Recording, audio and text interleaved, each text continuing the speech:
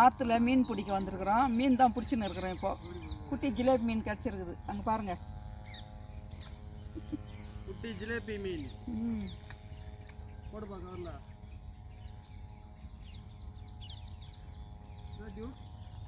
No ரியாக்ஷனா?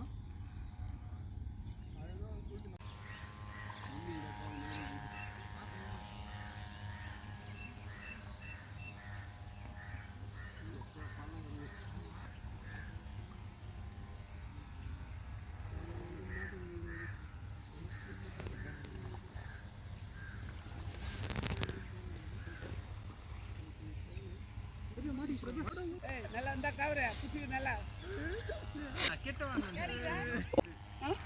நிறைய வருதா? என்ன வேணும் மீன்? அதா பணங்கொட்டை விடு. கூட போதுரா. தண்ணி மேல விட்டா மண்ணு போடுறியா? மண்ணு இல்லை சொன்னா உங்களா அதான் ஆடு மாப்பிடாத சும்மா மாட்டி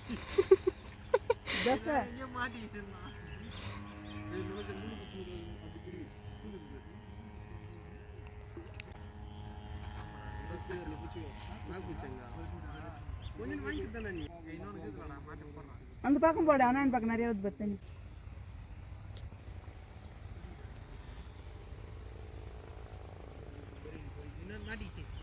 மாட்டிக்கிச்சா? உங்க அப்பா என்ன போட்டு போட்டு விசிறீங்கிறாங்க, ஒன்று கூட வரல.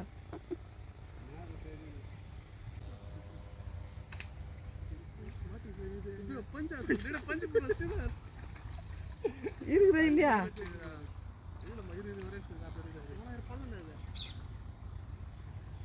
என்னது மீன் ஆகுதா? இன்னும் வெயிட் ஆகுது. கவரு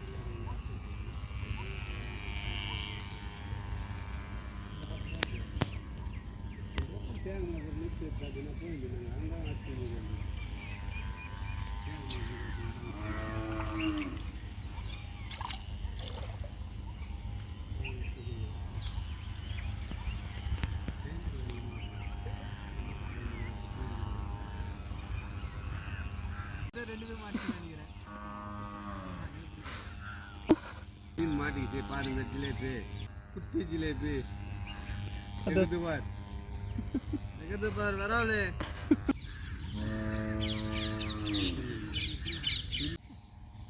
ஆற்றுல குட்டி ஜிலேபி மீன் பிடிக்கிறோம் நாங்கள்.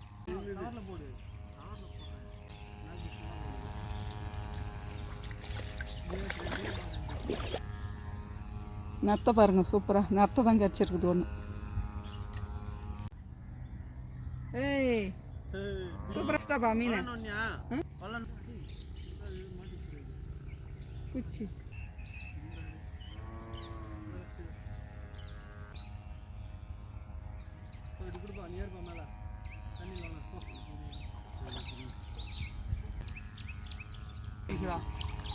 மீன் தான் வராது. அது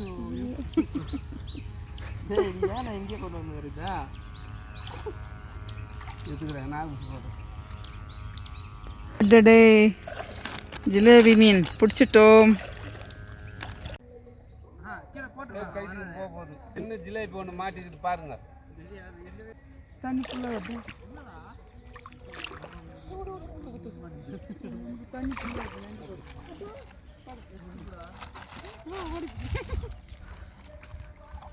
தூண்டில கொடுக்குறீங்களா இல்லையாப்பா?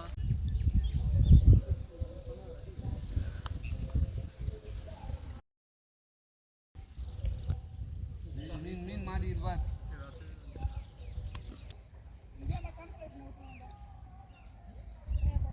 ஜிலேபி மீன் மாட்டிருக்கு பாரு. கவர் எத்தனோடா ஸ்ரீதர்? ஸ்ரீதர் அஜான் கொடுத்துட்டு இன்னொரு மீன் மாட்டிருக்கு பாரு. சைஸ் பாரு. சின்னதான் மாமா நார்மல் சைஸ். 2 ஜிலேபி மொயின் மாட்டிருக்கு பாரு, ஒரே துண்டு இல்லை.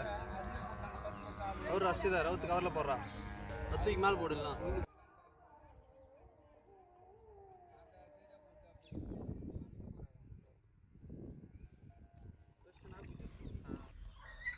போட்டலாமா? ஆற்றுல மீன் பிடிச்சதில் ஒரு 10 மீன் தான் கிடச்சிது எங்களுக்கு.